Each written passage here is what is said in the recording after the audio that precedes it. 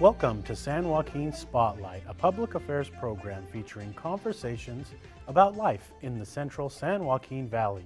This program is brought to you in partnership between KFSR 90.7 FM and CMAC Fresno. I'm your host, Sevag Tateosian. Today on this special edition of San Joaquin Spotlight, we're going to take you on to a new galaxy. Watch this.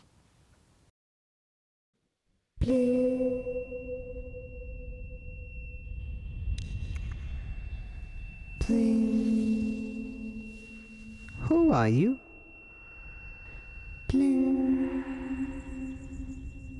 I'm no one.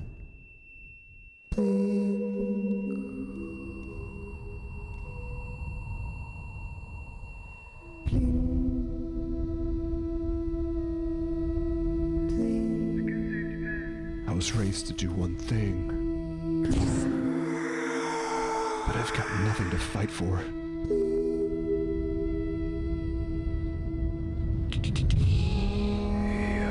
Nothing will stand in our way. I will finish what you started.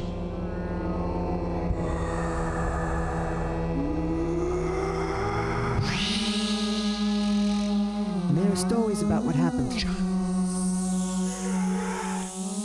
It's true. All of it.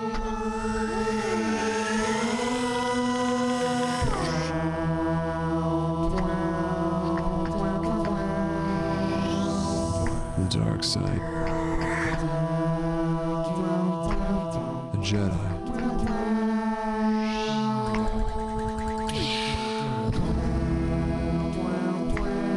They're real.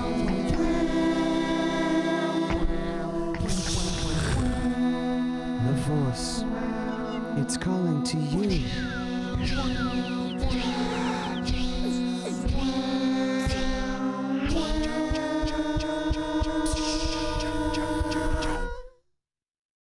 Just let it in.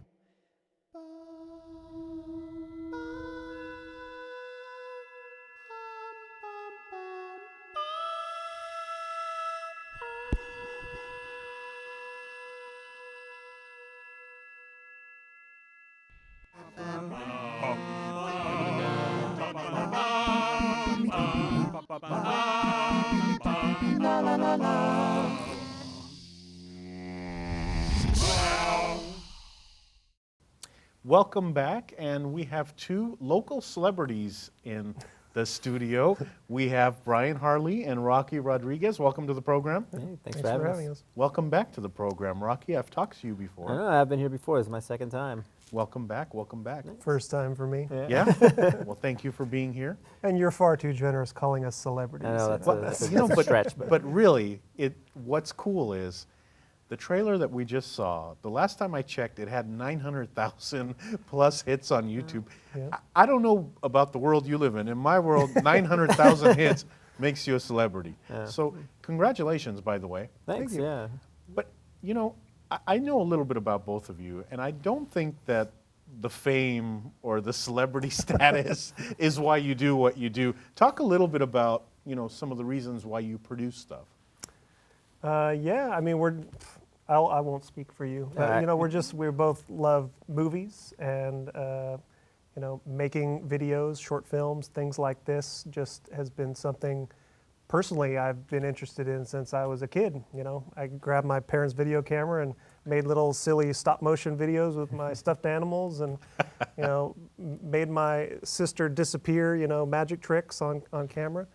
And it's just something I've been interested in and, you know, got more interested in as I went to high school and college. And, yeah, I majored in video production, so it's just something I've always been interested in. Yeah, you know, and video, like it's the same thing with Bryan. Like we're both kind of film people. We love watching movies, so that eventually spilt over to actually making stuff. So, you know, given the ability to show your creativity on video and stuff, and it's just something that's always been kind of inviting to me. So essentially when Bryan and I met, we were both kind of like the same wavelength, and we just decided to start making silly videos, and that's kind of where we've gone now. Hopefully, you know, eventually getting to actual full-on filmmaking.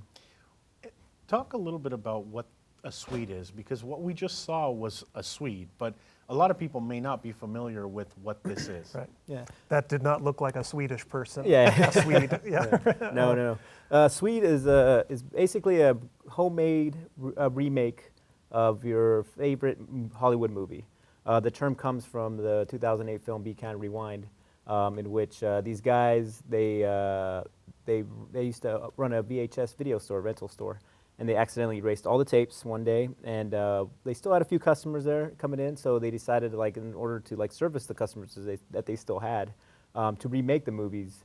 And they were remaking them themselves with their, their friends, and then just using props that they had laying around. And when they presented it to them, people were asking, like, these are great, but they're kind of weird. It's like, well, the reason they're so weird is because they're the Swedish versions of the films. Yeah, they're imported from Sweden.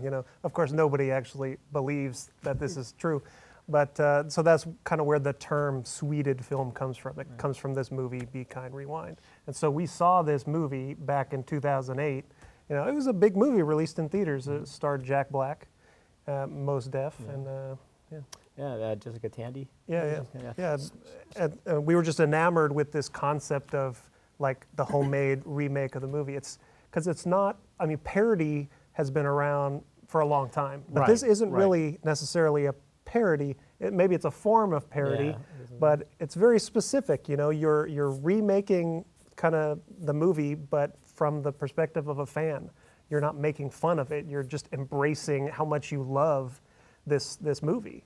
And we thought that was a cool concept. So the trailer comes out for and for if people didn't guess, this is a Swede of Star Wars, the latest blockbuster mega hit. Yeah.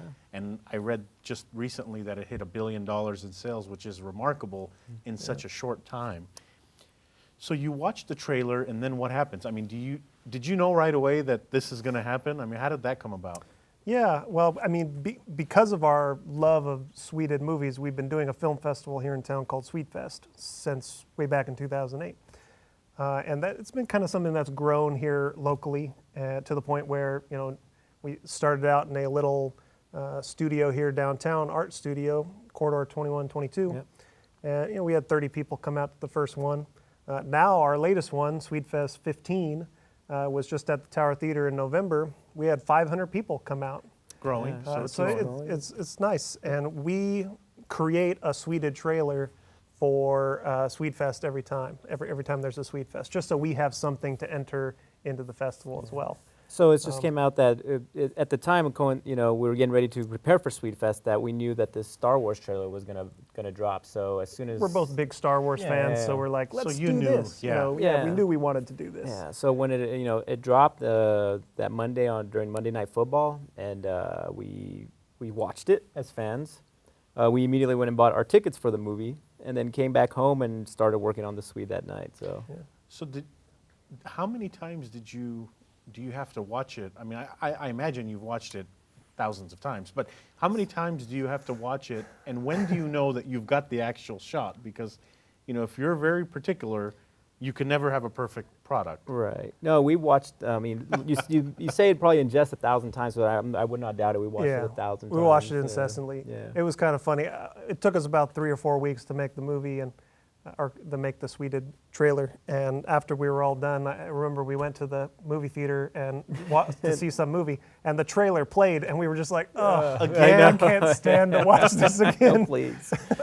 So you get this idea that you're going to do a Swede, and then what's the next step? I mean, obviously you need to find people to join you on this endeavor. Yeah. We've been doing it for so long that we have, like, a core team that we do a call out, like, who wants to help out, and we go to these people and, like, ask for help, because it's far beyond Bryan's and I's scope. We need to put this team together. So we know a good amount of people that are just willing to jump in and be creative with us and just put out this product. And so it's a good amount of people. And it's a lot of work, for sure. Yeah, in terms of the process, I mean, I would say we start by, of course, watching it numerous times and then breaking it down by shot. Because it's important for us when we remake these trailers that we do it shot for shot. So we try to match as much as we can that's within the frame, everything down to not just props and costumes and people, but how the shot is composed, how the camera moves. all of these things. So we kind of do a shot list where we break it all down. What do we need for every single shot, and all the elements in terms of the props and the costumes. And so we make these big breakdowns. So there's more to it than making shapes of cardboard and Oh filming. yeah. Yeah, there's a lot more. Yeah. And I was going to ask you this later on, but might as well ask you now. The cool thing I saw was that the rolling thing. I don't know Yes. how you got that thing to roll, but I looked at it and I was like, what do they have this thing on that it's rolling so smoothly? It's good you didn't see the magic. Yeah, I know. It wasn't ruined for you, but I mean, do we spoil the magic? I don't know. Yeah. Okay. Yeah. So one of our, Spoiled. one of our team, one of our people on our team, his name is Kevin, and he's like an engineer guy. He loves taking things apart and putting it back together. And we kind of proposed this, and I was like, "Can you figure this out? Like, can you help us figure this out?" And he's like, "Give me a week, and I'll figure it out." So what it ended up being was he took a exercise ball and just fiberglassed it around, and then built like this little rig that you can't see on one side, but it is on one. It's on one side. It's kind of a metal frame. It attaches to the side of the ball, but a it's Y very shape. low profile, so you don't really see it if you're Gotcha. looking head on. And so that what kind of makes the ball roll. And then there's another piece of that kind of goes up over the ball, and that's where the head of the droid attaches.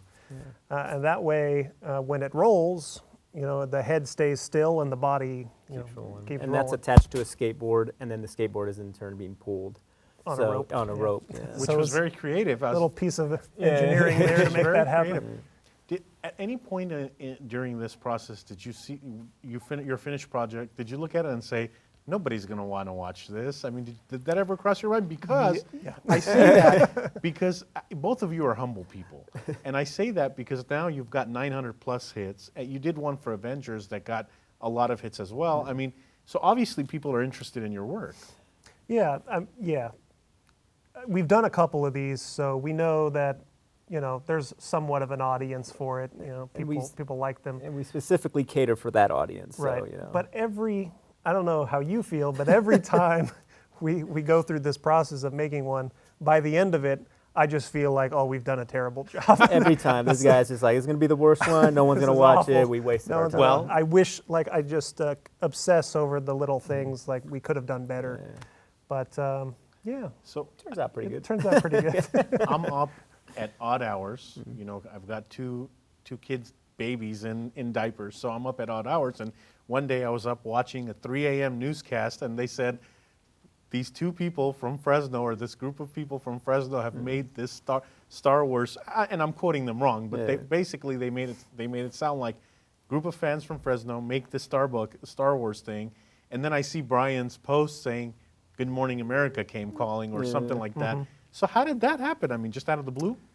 Yeah, well, the World News Now program, which is on from 2 to 5 a.m., they had I don't know how they found it, but they had found the trailer through some other website, I guess, because it had been posted up on movie blog type websites.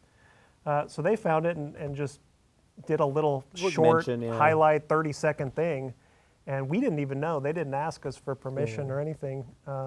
We just found out from friends of ours who had seen it. Just like yourself, who just happened Yeah. to see it in the morning. Yeah. And that they're in the ABC News family, so Yeah, perhaps that's yeah. how Good Morning America found out. But we really don't know how Good Morning America found out about it either. But yeah, I would about a week after that happened is when I got an email from a producer at Good Morning America who had said, we saw the trailer, we thought it was great. We're actually going to have J.J. Abrams, the director of Star Wars, on the show tomorrow. This was a Sunday, and they were having him on Monday. And they said, well, do you mind if we show a clip of it during the program? We're just highlighting fan-made videos. And of course I said, yeah, that would be fantastic. And then about an hour later, she emails me again and says, well, we're thinking, why don't you do a Skype interview if you're able to do that? And so we're like, yeah, we'd be happy to do a Skype interview. Then about an hour later, she said, the team's throwing around ideas. So they were talking. It's obvious they're talking about how to make this into a news story. Yeah, I guess they were pitching different ideas. And it was Star Wars week, the whole week. So. That whole week they were doing Star Wars stuff. And so the next email was, what if we flew you out to New York? And of course, Why not? Oh, sure. Yeah. I'll figure something out. The whole way, we're just like, whatever you guys want to do, we'd be happy. So that's kind of how it happened. And the next day it was confirmed, and the next day we were on a plane. But it wasn't just you two. There were two, which this is what was very interesting to me. Did they specifically ask for 2 stars? Yes. They asked for the 2 Yes. stars. Yeah, So the it two started out with just Rocky and myself, and then they specifically asked for the 2 of our friends who played the Finn and Rey characters in the new Star Wars movie.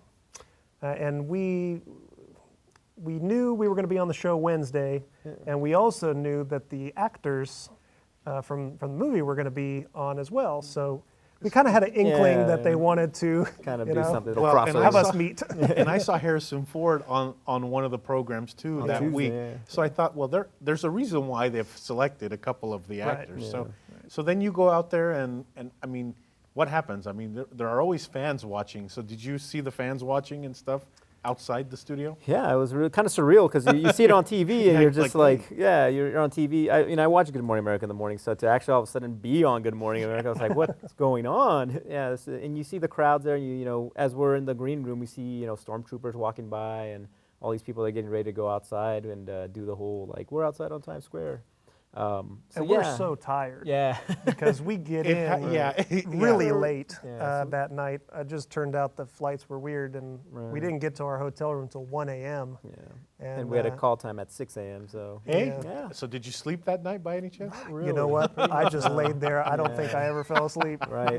Yeah. And we're right in the middle of Times Square, so that not only that, we had the bright lights of Times Square kind of shining through. So it was just like it was pretty much a sleepless night. There was no But sleep. it's a surreal. I mean, it's a feel-good was. moment. Yeah. Oh yeah. It's surreal. So how can people help you get to the next level? Because there's a lot of excitement now for this Swede, and people are talking about it. So what's next, and how can our community get behind you and help you go to the next level? Well, for us, it's all just about. I mean, what do I want people to do? I want people to get involved in SwedeFest. I mean, we've been doing SwedeFest for like 7 years now, and we just want it to grow more and more. Yeah, and the reason behind SwedeFest is to grow the film community here in Fresno. We're hoping that people that have like maybe a little bit of inkling of getting into filmmaking, that this is a perfect first step towards that. You pick your favorite movie, you get together with your friends, you remake it, and you kind of learn the basics of filmmaking. You use a camera, you edit, and then you have the big Hollywood premiere. So it kind of encapsulates the whole filmmaking process into one little thing. And hopefully that would lead to people creating something original and new, and we can hopefully cultivate the filmmaking community here in Fresno. And that's how it started, trying to get people interested in filmmaking. But I think it's also become more of just a fun event for people who like movies. Yeah. You don't need to have experience or even the desire to be a filmmaker in order to make a Sweded film. You just really do have to be a fan of the movie. And I attended SwedeFest, and I saw films from around the world. So it's caught on somehow around the world, and you're getting more and more entries. So when is the next SwedeFest, and are you taking new videos? Yeah, the next SwedeFest will be in 2016. We haven't had an exact date, but it'll probably be in the fall of 2016. We're doing it once a year now.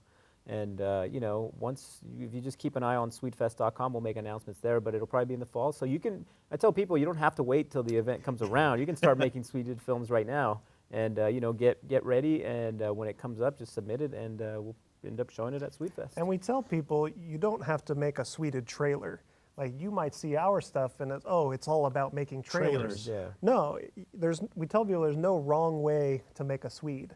You could try to summarize the whole movie in under 4 minutes. You could pick your favorite scene. You could do a trailer. Yeah. There's no wrong way.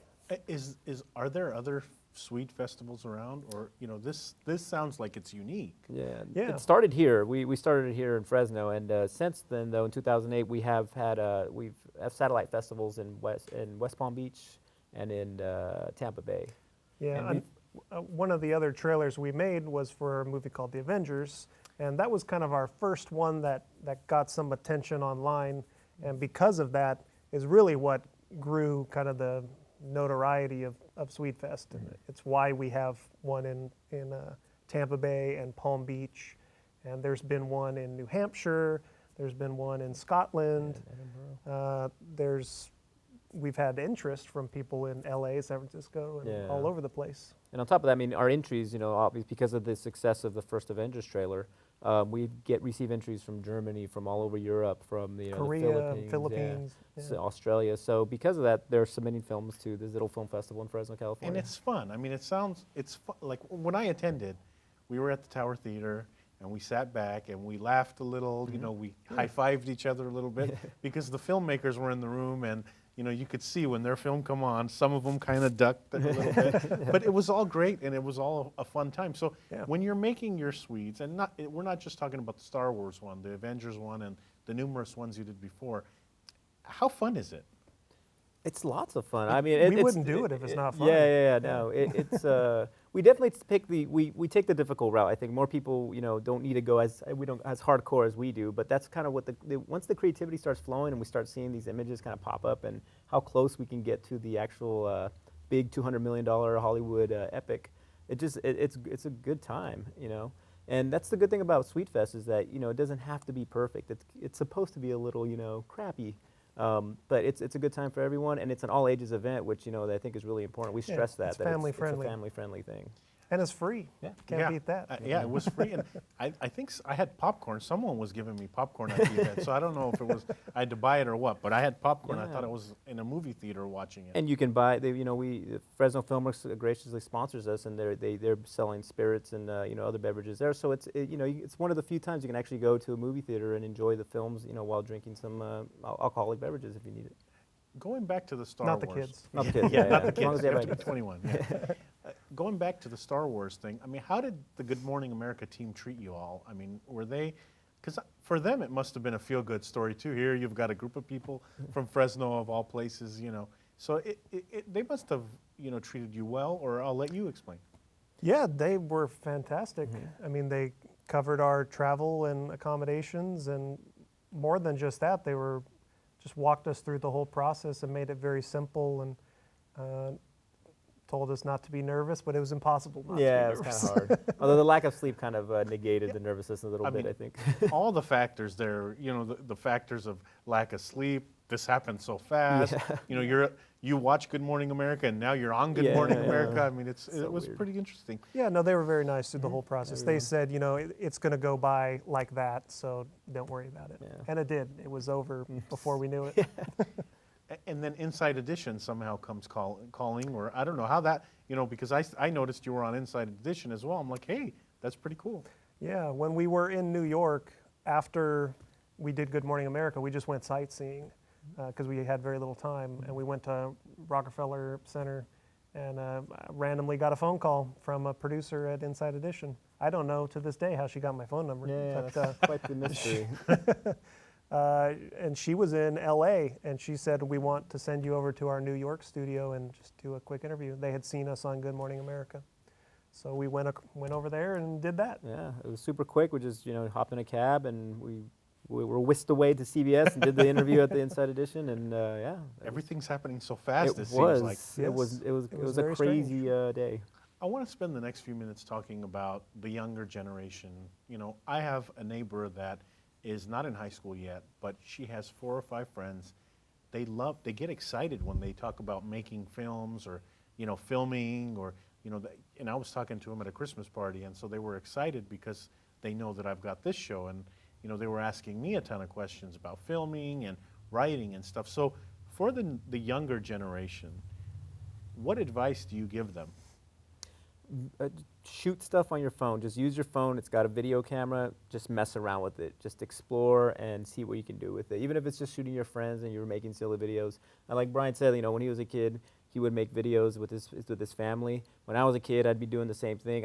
Even before video was around, I'd be just doing recording stuff on little tape recorders because I'm much older than this guy. And you know, and that's where it starts. So you just start kind of experimenting with stuff like that, and you never know where it's going to lead. So, and now with the younger generation and YouTube being, you know, such a big deal, you have that avenue. It's so easy. Yeah, it's super easy, and the tools are there for you. So, I think that's really going to change things, and it has already. Yeah, I would say just don't be afraid. A lot of people let like the fear of failure stop them from doing something. don't be afraid. Just embrace your creativity and make something. And along the lines of don't be afraid, a lot of people may be shy or may be hesitant because, you know, you do something and you've got a ton of critics out there saying, oh, they did this wrong or they did this wrong. What do you have to say about critics, and how do you silence them, or how do you move past them is a better word? Yeah. Well, you don't silence them. Yeah, you can never silence the critics. The internet exists just to criticize everything. It's just what my whole thing on you know the comments that pop up, or just ignore them completely. If it's not a constructive criticism, it's not even worth the time. And that's personally, don't feed the trolls is basically my. Yeah, I agree. Yeah. You know, yeah, good answer. We have about less than a minute left, real fast. How can people find your trailer, and how can they learn about SwedeFest? You can go to dumbdrum.com. That'll take you directly to our YouTube channel where you can see all our videos there, and you subscribe if you haven't. And you can also just keep an eye on swedefest.com. You can get updates for the actual SwedeFest as well. Roque, Bryan, thank you so much for coming. Thank you. Thanks for having us. That's all for this edition of San Joaquin Spotlight. To the volunteer crew that make this production and every production possible, we couldn't do this without you. Thank you. To our audience members listening to this broadcast on 90.7 FM KFSR Fresno and watching this on CMAC, the Community Media Access Collaborative, Comcast 93 and AT&T 99. Thank you. I hope you enjoyed this program with Bryan and Roque, local celebrities. I say that with a smile. Tune in next week to a new edition.